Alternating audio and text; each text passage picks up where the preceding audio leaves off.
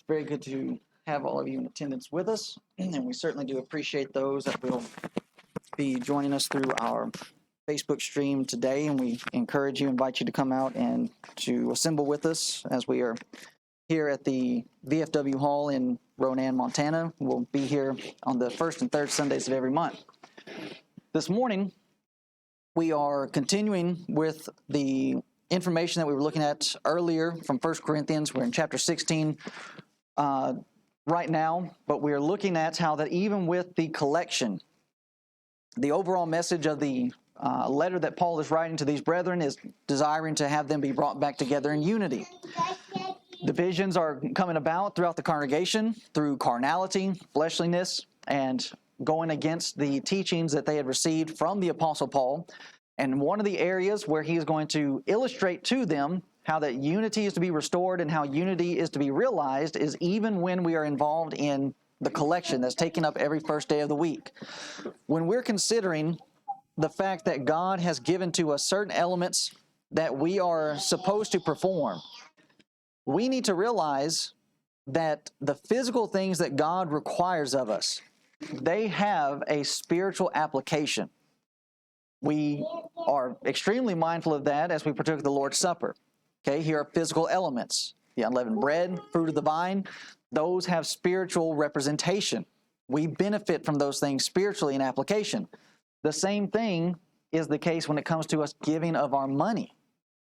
That even that physical act has a spiritual application, an area where we are able to grow and learn things within the spiritual realm. Now, as we mentioned, this falls right in line with how Paul closed the previous chapter, 1 Corinthians chapter 15, verse 58. Therefore, my beloved brethren, be steadfast, unmovable, always abounding in the work of the Lord, for as much as ye know that your labor is not in vain in the Lord. That same thought is going to carry over in what he's going to discuss with the collection. Paul will now illustrate this unity. Brethren, be steadfast together, unmovable together, abounding in the work of the Lord together. They are coming together. They will partake in this giving, and the unity that has been desired throughout this letter is going to be illustrated through that. The principles that are set forth to encourage the living by those principles, as Paul has already been illustrating in the letter. In chapter 3 of 1 Corinthians, he encourages them to avoid carnality, jealousy, envy, and division. The collection helps with that. This chapter needs to be viewed in this light. That Paul's appeal for unity, as we mentioned in our class, it's not impossible. But as we come together and partake of the Lord's Supper, we're expressing and showing that unity. So we need to follow through with it. When we partake in the collection, the giving of our funds, that is us coming together in unity for a set purpose and for a set goal. And so the principles here need to be applied when it comes to the collection. Now what we're going to do is we're going to go through and we're going to be dealing with some word studies this morning just to show how throughout this section and other passages dealing with this collection, all throughout it we have been presented to us this message and the idea of unity that's supposed to be desired. 1 Corinthians chapter 16 verse 1. Now concerning the collection for the saints, as I have given order to the churches of Galatia, even so do ye. So here are the churches, and they are working together, raising money, raising funds. They're united, working together. There's oneness of these churches. And so we have it being presented to us of how it is desired, how it's designed to be. Corinth is working with Galatia. Galatia is working with Corinth. They are all working with the churches of Macedonia and Achaia. The funds going to be sent to the congregation or to the brethren that are in Jerusalem. This is how it ought to be throughout all the congregations of the Lord's church, not only throughout this country, but even throughout the globe. The church here in Montana, Idaho, Tennessee, Texas, Kentucky, and even with brethren that we have in Ukraine. If we would apply all of these principles, then we would all be one. Part of the reason why we have so much disruption and so much division amongst the churches of Christ comes from a failure of our brethren to walk after and to apply the principles that Paul has been using throughout this letter. That we have brethren that are behaving carnally, enviously. When it comes to matters of judgment and liberality, they want to try to bind things that they should not be binding. We have brethren that have a mindset that, well, here's what God has actually bound, but we're going to go beyond it. All of this is showing us that there are areas where we can, in fact, let loose with one another, allow judgment and liberality or liberty to reign, but then there are areas where God has said this is the way that's to be done.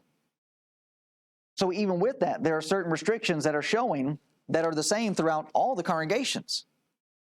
And because God is a God who is a God of order, and He desires things to be done decently and in order, as we read in 1 Corinthians chapter 14. So this hour, as we said, we want to have a word study, do a word study that is connected with this contribution, this collection, so as to help us better understand just what exactly this is all about.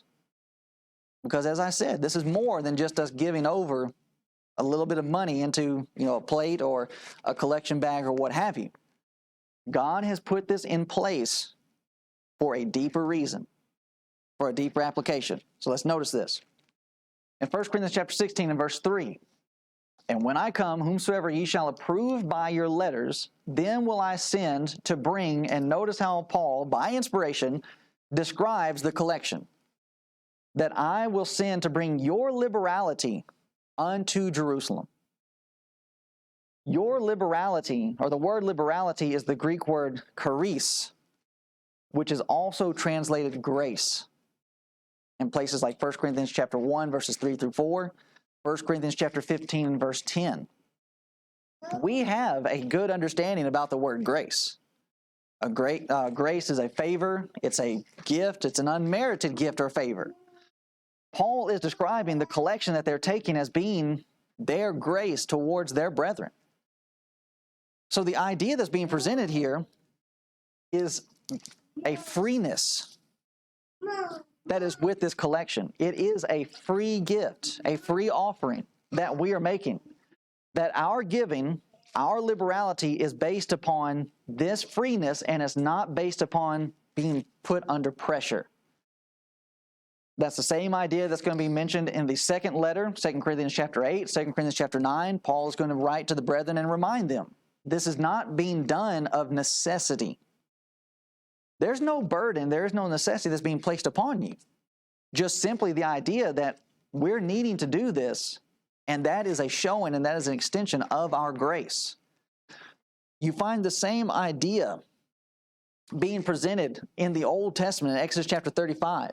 Verse 4, beginning, then we're going to drop down to verse 20. When they are gathering the elements that they're needing to build the tabernacle, which is going to be the dwelling place of God before the temple is built.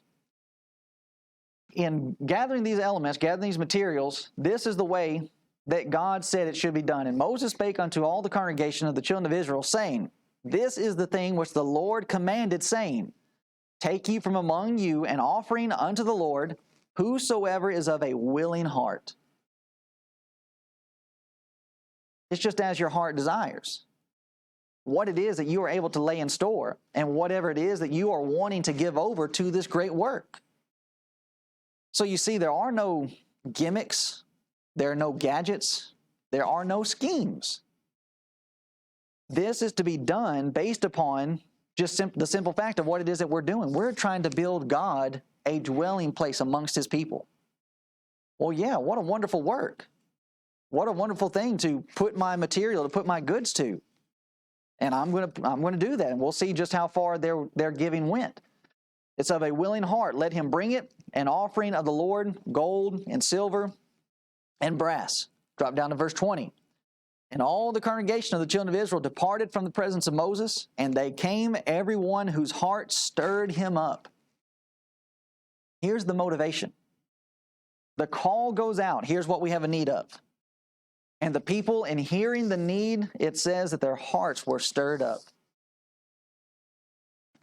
When we are considering the things that we are trying to do with the collection that we take, it ought to stir our hearts into a realization that these funds are going towards being able to have a meeting place like this, to be able to print materials so more people are able to hear the truth that possibly may not be able to hear the truth. That it's more than just, notice here, this is the thing which the Lord commanded. So there is a responsibility, there is an obligation. But you see, it goes deeper than that. This giving, this collection was deeper than that. Our giving and our collection is more than just a command.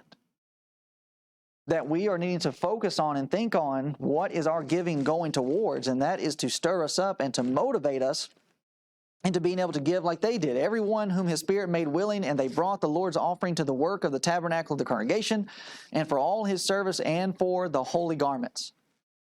You jump over to Exodus chapter 36, verse 3, beginning, and we find out just how motivated the people were to give. And they received of Moses all the offering which the children of Israel had brought for the work of the service of the sanctuary, to make it withal. And they brought yet unto him free offerings every morning. And all the wise men that wrought all the work of the sanctuary came every man from his work which they made. And they spake unto Moses, saying, the people bring much more than enough for the service of the work, which the Lord commanded to make. Moses gave commandment, and they caused it to be proclaimed throughout the camp, saying, let neither man nor woman make any more work for the offering of the sanctuary. So the people were restrained from bringing, for the stuff they had was sufficient for all the work to make it, and too much. Talk about a problem that you want. Moses, we've got a problem. Well, what is it? They're bringing too much stuff. That's a good type of problem. But how is it that they were able to do this? It's because they knew what they were giving toward. God could have just made a command and said, okay, here's the command, you give. And people would have the obligation to fulfill it. But do you think it would have gone as well if it had been presented like that instead of being presented like this? So even with that, we see the wisdom on God's part.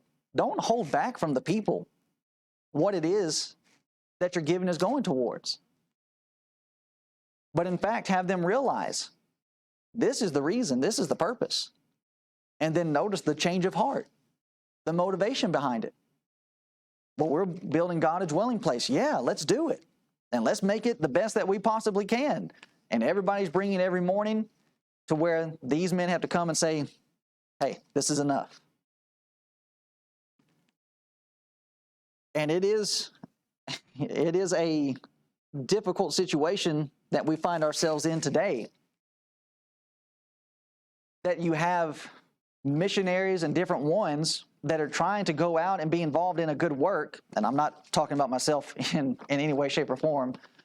I'm just thinking about others that I know of presently and in the past, that they struggle when it comes to being able to gather support. And part of it is because a lot of our brethren are losing sight of what our collection is all about. A lot of our brethren think that, well, our collection is just going towards keeping the lights on, or for, paying for these different events, or going towards the salary of our preacher, or what have you. But as we are seeing that, no, it's bigger than that. That missionaries should not have to take time out of their schedule to go out and try to raise funds. With what we're being taught here, there should be brethren that are looking for them. Where can we put our funds towards a good work? And be able to help you to the degree that, you don't have to leave the work. The funds will just be there. So when we're considering the points that are being presented to us, this is our first point. This is the type of freeness that characterizes our giving. Give until we are told, do not give anymore. There's too much. And that this type of giving just comes from a free and honest heart of people that are willing. And then consider also point number 2 when we're thinking about how this giving is described. In Romans chapter 15, verse 26 and 27, this is the same collection. Paul is now writing to the Roman brethren about it. For it hath pleased them of Macedonia and Achaia to make a certain contribution. And we'll look at that word in just a moment. For the poor saints which are at Jerusalem, it hath pleased them verily, and their debtors they are. For if the Gentiles have been made partakers of their spiritual things, their duty is also to minister unto them in carnal things. This word, contribution, is the word koinonia, where we get our word for fellowship. 1 Corinthians chapter 1 and verse 9, it's the same word that's being used there in that context. It is fellowship, it is partnership. It is translated communion, 1 Corinthians 10 and verse 16. Giving involves joint participation. So as we will give in just a little while after we go through this information, we go through this sermon, how do I need to view it? Okay, I'm giving individually, but I need to look at it beyond that. That I'm giving individually, but we are all in this together. That I'm expressing my desire for unity with you as your desire, or expressing your desire with unity for me. You have Corinth with Galatia, and as we mentioned, also Macedonia and Achaia, and they're going to give to the saints at Judea. Churches are supposed to work together. And when we give, that is us showing to one another that we're ready to work together. That we are in fact sharing together. So when we give today, we join with one another and we are in participation with one another in whatever good work the money is used for. And this is a crucial point that is needing to be emphasized and given, being made to those. For example, I can remember in previous works that I've been involved in, we had, different elderly individuals and widows that during the tent meeting times, they would not be able to come out and door knock just because they don't have the mobility, they don't have the strength to be able to do that. And when I would go to visit them during those times, they would express just how much they wish that they could come and participate with us. And this is what I would tell them. They were still continuing to give. And I would just tell them, or I would ask them, well, you're giving towards the tent meeting, right? And they would say, well, of course I am. Well, okay, you're in participation with us. You are working with us. Just because you cannot be out there with us physically, you do not need to view yourself as being somebody that's out here on the sidelines. But this is an expression of, we're in this together. And even then, it's showing even further. Everybody has an area where they can participate, where they can help in the work. If you're not able to be there physically, well, at least you're giving towards this effort. And then even then, pray for the effort. If anything that we're needing the most of, we're going to need prayers for our effort. That God will watch over it, that will be safe, and that He'll bless it with fruit. So when we're considering the giving that we're going to do, money that's given over to the tent meeting, we're all taking a part in that. We are sharing in that work. Those who support me in being here, they need to look at it as they are taking a part in this work. The successes that we have, they're going to receive glory for that. The areas where we struggle and where we weep, it goes back to 1 Corinthians chapter 12. Whether one member suffer, we all suffer. Whether one member rejoice, we all rejoice. By them throwing in and giving with their funds, they are saying to us, we're in this with you. And in a time where there are so many brethren that are departing from the truth and it feels like we're here all alone, what a wonderful reminder that there are brethren out there that are saying to us, we're with you. We're backing you. And they are doing that through this means. They are in fact sharing in this work. So this is how we should view our giving every time that we are involved in it. That we are expressing and we are showing to each other that's here. We are in fellowship. And that we are in joint participation together. And not only with us here, but even with brethren that are far away from us. And many of these brethren you've never met. But they're willing to throw in. That we are participating together of the spreading of the gospel, and not, as we mentioned, not just paying to keep the lights on. That's how many brethren look at the collection. Well, it's just to pay the bills. No, there's a lot more to this. A lot more that needs to be thought about. Notice this in verse 12. Paul, in still writing about this collection, writes of it in this manner. For the administration of this service not only supplieth the want of the saints, but is abundant also by many thanksgivings unto God. This word administration, the New American Standard Version, I believe, translates it as ministry. And to a great degree, I wish the King James writers would have just put ministry in this so as to make it clear. It comes from the Greek word, diakonia, which is where we get our English word for deacon. So when we give, what do we have being presented to us? What is it that we are actually involved in? To minister to somebody else is to be involved in a lowly or a helpful service. And then Paul describes that's what we're actually doing when we take up a collection. When we are giving, we are involved in lowly service, help to others. So in a way, when we give, we are all involved in ministering. Now that's an important point to consider, because a lot of brethren, they look at the work of ministry as being given to one individual. But that's not what Paul is showing here. Paul is in fact showing that there is a way, and there are plenty of ways in which everyone is able to be involved in ministry. A lowly service, a lowly work to somebody else. So to this point, I am not the minister of the church. And I've been in places when I was in preaching school and I was preaching for a congregation in Mississippi, and we were out in public together. Oftentimes they would introduce me to people around them as their minister. I get what they're saying, but it's not the right way to say it. Because when you say that, you're ultimately saying this is the one who's doing all of the work of the church. And many brethren have that mentality.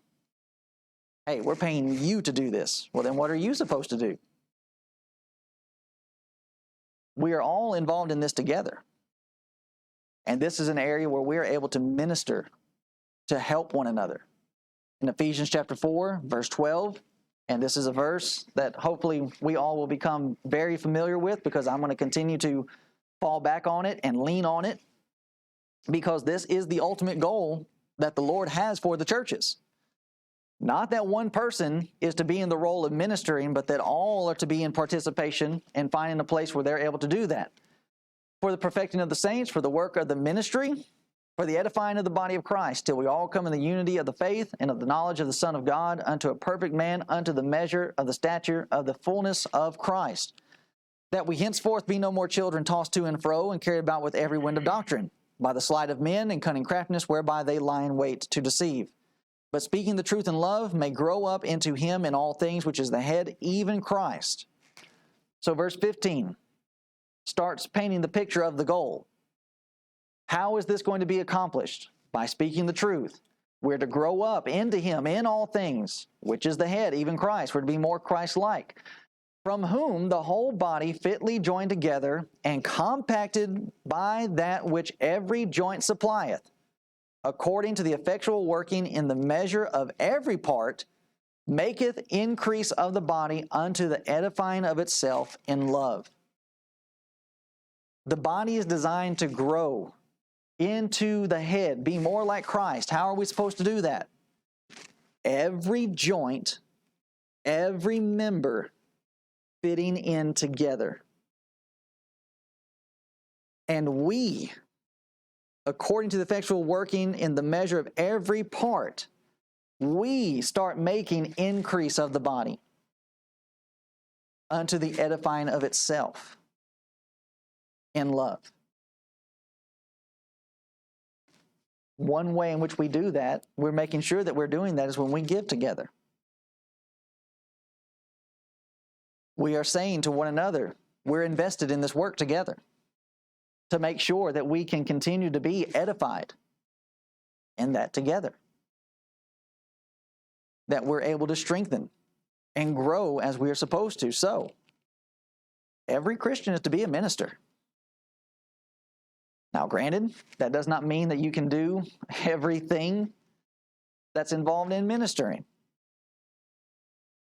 But in the areas where all people, all brethren, members of the Lord's body are able to be involved in ministry, we ought to be doing that. And one way we all minister together is by giving together. To be able to help those that are in a time of need. Notice this also in 2 Corinthians chapter 8 and verse 20.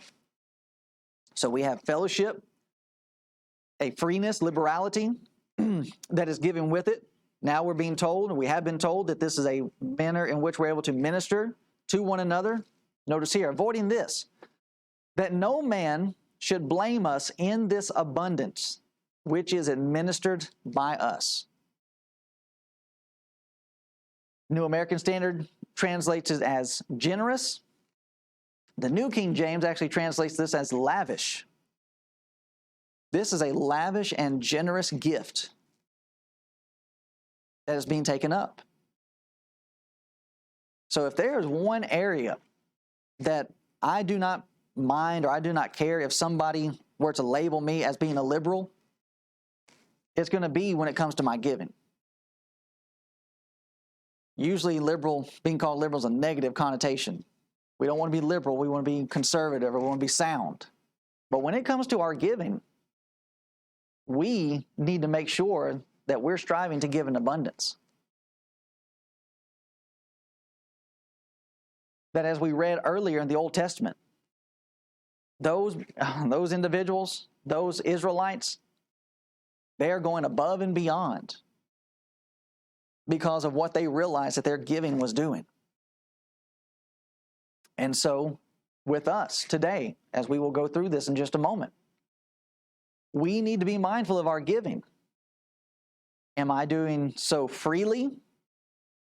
Am I doing so from a place of generosity? A cheerfulness, a happiness about what we are doing. Motivation, attitude, as we've said, going through this Corinthian letter. Attitude has just as much to do with what God requires as His commandments. Because you can give and be keeping the commandment. But as we are seeing here, there's a lot more to it. If I'm not doing so out of generosity, out of cheerfulness, and a good heart, and a free and willing heart, God's not going to be pleased with what I'm giving. And you can see that from what Jesus said about the Pharisees in Matthew chapter 6. They gave to the poor. But even Jesus said they're not going to receive a reward because they're not doing it for the right reason. We need to get beyond the fact that, all right, here's a command. Yes, it is a command, and we need to fulfill it. But we need to realize that these are the reasons behind the command. It's designed to help us, to change our minds and our outlook. Notice this also in 2 Corinthians chapter 9, verse 5, still connected to the previous verse. Therefore I thought it necessary to exhort the brethren that they would go before unto you and make up beforehand your bounty. So it's a generous, lavish gift that's being put forth, but it's also a bounty, which can be translated as a blessing. Whereof ye had noticed before that the same might be ready as a matter of bounty and not as of covetousness. Our giving is a blessing.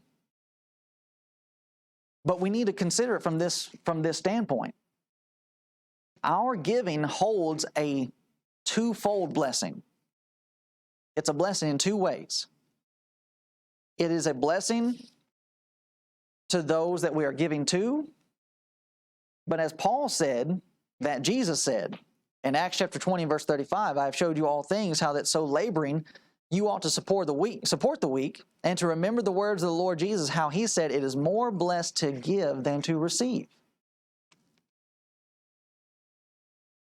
When I give, I bring a blessing to others. To, wherever, to whomever the offering or the money is being given to, they're being blessed. But I need to realize I also bring a blessing to myself when I give the way that God says that I need to give. And that is how we should view our giving this morning, is that it's not just an element where I'm helping others, it's helping me too. That instead of just a duty, and even a position of where we might even be dreading it, that now I can be looking forward to it. And I can be excited to be able to give and be able to give with a joyful heart. When we're considering what this giving, what our collection, what our giving over is, this is a chance to help me grow out of selfishness. To where I would look at the things that I'm bringing in, the money that I'm bringing in, and where I would start thinking about, well, where can I put this towards myself? Now, God has given me an opportunity to where I'm able to look at not myself, but I'm able to look at the needs of others. That I am to think about those that are lost. And to a degree, my giving expresses just how much I want them to be saved. How much I'm wanting the lost to be saved, how much I'm wanting the brethren to be edified. How much I'm wanting the needy, those that are of lack or missing out, how much I'm wanting them to be helped. It blesses others, but it also is a blessing to my life. I heard a preacher tell one time a story when he was making some similar points through one of his classes about how important it is for us to give. How that his father owned an old country store during the Great Depression. And during that time frame, a man came into the store, and he was in dire straits, and he was asking the store owner, this brother, for any type of help that he could possibly give. As far as the preacher could recollect, his father gave the man in need $5, which of course during that time frame, $5 really went a long ways. So after this brother gave this man the $5, he just continuously was desiring to, express his thankfulness for what he had done. And the preacher remembered his father saying this about the event, telling the man, you don't need to keep telling me that, that you're thankful. I realize that you're thankful. You've been telling me so over and over again. But then he told the man that what I have given to you is going to be more of a blessing for me than it will be for you. And he told the man, I realize this is going to go towards whatever physical need that you have. And while I am helping you with your physical needs, it is going to be a blessing and a benefit for me spiritually. And that far above what your physical need is. And the reason for that is because when we get down to the heart of sin, what is at the core of every sin that we will commit? It stems from selfishness. I mean, if you notice, when you spell the word sin, look at that little letter that's right there in the middle of it. What is at the center of sin? I am. It's what I want and what I desire. Self-centeredness is what leads people away. And it's a tool that Satan uses so as to destroy us, is selfishness. Giving is one way provided by God to grow out of this. A lot of brethren are able to or at least they should be. They should be able to look at themselves and to see just how selfish or selfless they actually are by how they give. And for us to realize the spiritual blessing we get is going to be greater than the money that we have to give up. And that's what Paul is presenting to us. That's what he's presenting to these brethren, and it still finds its application today. Even Jesus said, Matthew chapter 16, verse 24, then said Jesus unto the disciples, if any man will come after me, let him notice, deny himself. You cannot be selfish and try to follow after God. Well, how do I get to test how selfish I am? Every Sunday. Every Lord's Day, coming together, being able to take stock, to evaluate how greatly has God blessed me, and then be able to give accordingly. That we are to take up our crosses and to follow Him. Now, here's a side point to this. We need to be generous givers. That's being illustrated. That's being taught. But with what we just studied, what we looked through about the giver being able to receive a blessing, I also need to be a generous taker. Because if I realize my giving, the person that is giving to me, they're going to receive a blessing for it. Do I want to steal a blessing from anybody? Do I want to rob anyone from receiving a blessing from God? No, I don't want to do that. So even though it may be embarrassing and I know how difficult this is from having to raise support. It used to be in the past that I hated having to raise support because it felt like I'm just going from congregation to congregation and I'm just begging.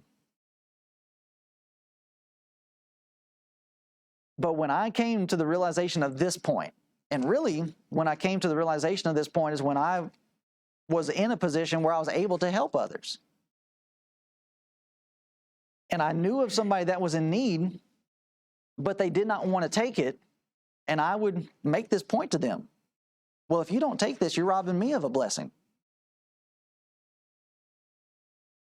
And once I made that point to them, they began to realize, okay, it's not just a situation where anybody's out here begging or just, looking for a handout. You really are a person that's in need. And with me being able to supply your need, you're going to benefit from it, and I will benefit from it. Everybody wins.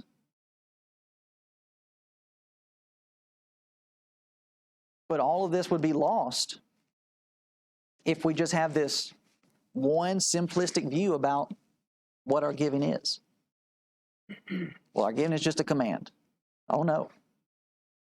It's much more than that. It helps others, but it certainly helps me. Now, going back to our major points here, verse 17. Notice Acts chapter 24 and verse 17. Now after many years, this is still talking about the same collection. Now after many years, I came to bring alms to my nation and offerings. An alm is a merciful act of kindness, giving to help those in need. And that is an expression of our mercy. To feel for them. It's often translated with the idea of having pity towards somebody else. So as we are giving, we are in fact showing our level of mercy and pity that we have for others. Matthew chapter 5 and verse 7, Jesus early on in his teaching taught the people that were assembled on the mount, blessed are the merciful, for they shall obtain mercy. So in fact, what Jesus is actually teaching is, you will gain as much mercy as you put out. Now, when we look at it from that standpoint, how much mercy do we want? Let me tell you, I want as much mercy as I can possibly get. That means that I need to be able to give that much mercy. When I think about how much mercy God has given to me, it ought to create a merciful and giving attitude in me. To be able to realize what I'm going to give up is going to help somebody else. And that in helping somebody else, and when I take stock and I consider just how much that brethren have helped me, you best believe I'm wanting to give back in accordance with that.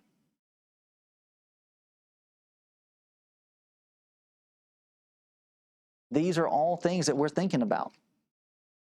That right now, okay, we may be in a position where I'm taken care of, but you might find yourself in a position where you're needing to be taken care of. Guess how we're going to be able to do that? By what we've given.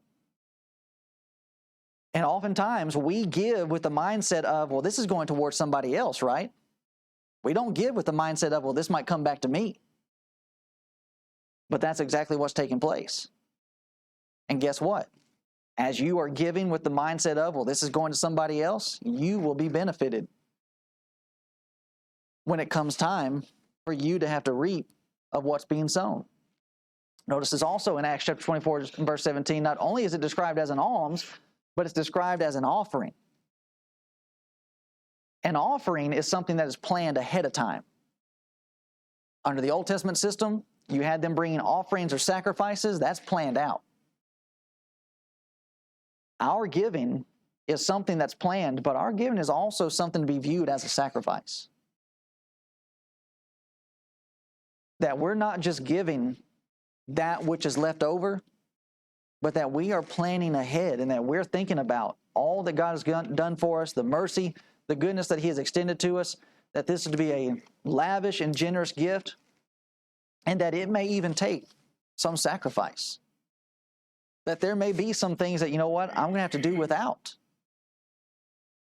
so that I will be able to give accordingly.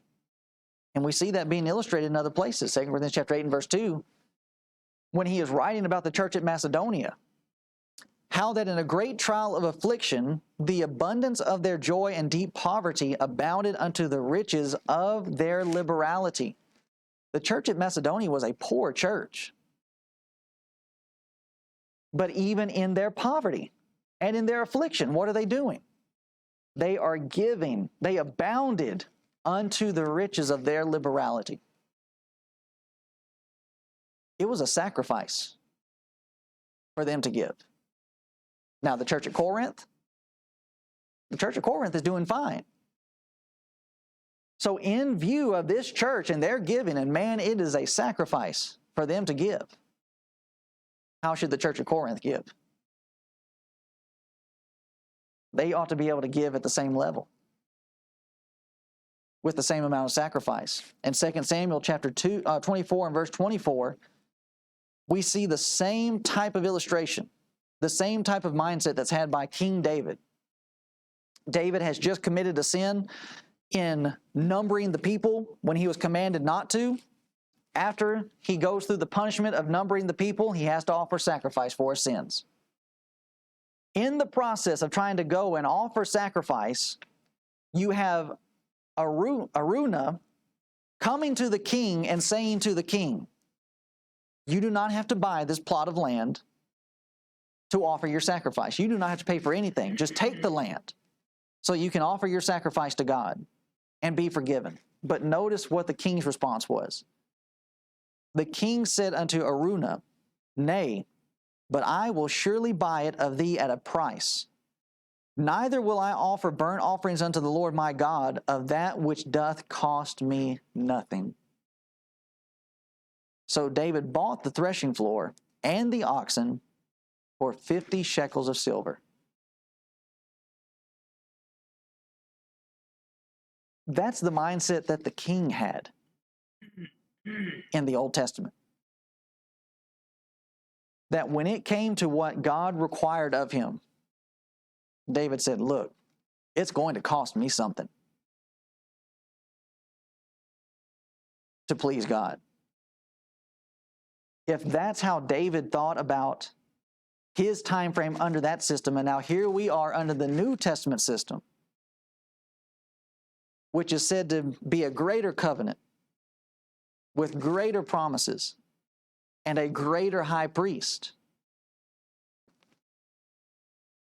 we should go into it with the same mindset. It's not going to cost me nothing.